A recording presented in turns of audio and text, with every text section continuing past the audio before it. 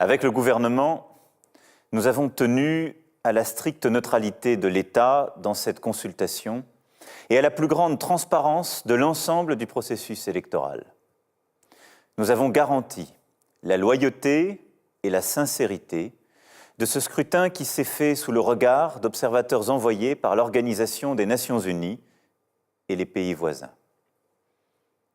Je tiens ici à saluer l'engagement des forces politiques calédoniennes et des autorités coutumières kanaks dans une campagne responsable, respectueuse des points de vue adverses, veillante à chaque instant à éviter les tensions et à préserver l'acquis de 30 années de dialogue et de paix.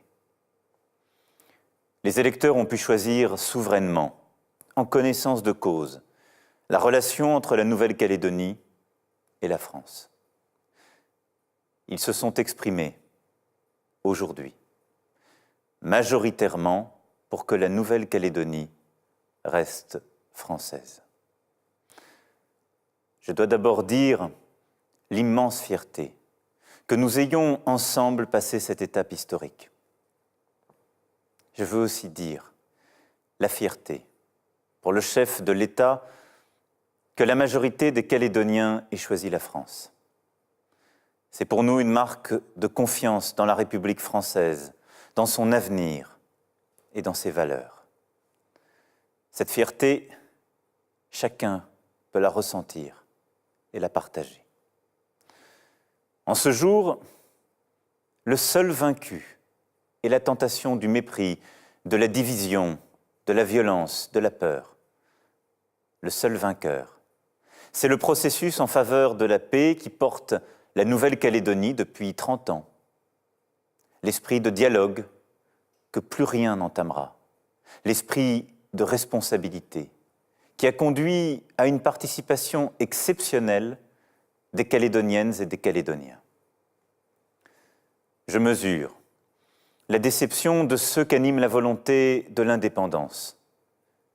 Ils ont pu l'exprimer dans les urnes. Et à cela, je veux dire que l'État est engagé aux côtés de la Nouvelle-Calédonie pour garantir dans la durée la dignité de toutes les composantes de la société, autour des valeurs de liberté, d'égalité et de fraternité. Ces valeurs sont celles de la République française, comme elles sont celles de l'Océanie. Nous pouvons les partager au-delà de nos divergences, dans l'humilité et dans le respect. À présent, j'invite chacun à se tourner vers l'avenir.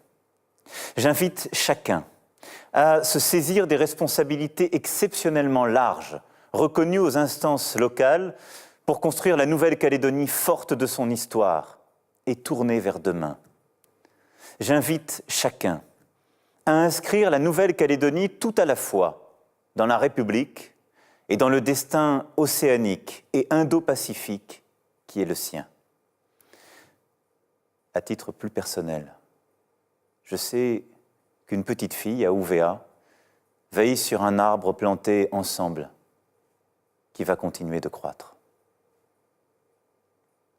Mesdames et messieurs, mes chers compatriotes, au plan politique, il n'y a pas d'autre chemin que celui du dialogue. Le gouvernement proposera aux forces politiques de Nouvelle-Calédonie de se réunir dans les prochaines semaines. Des échanges seront entrepris dès demain par le Premier ministre, qui se rendra avec la ministre des Outre-mer en Nouvelle-Calédonie. Nous poursuivrons. Vive la Nouvelle-Calédonie. Vive la République. Vive la France.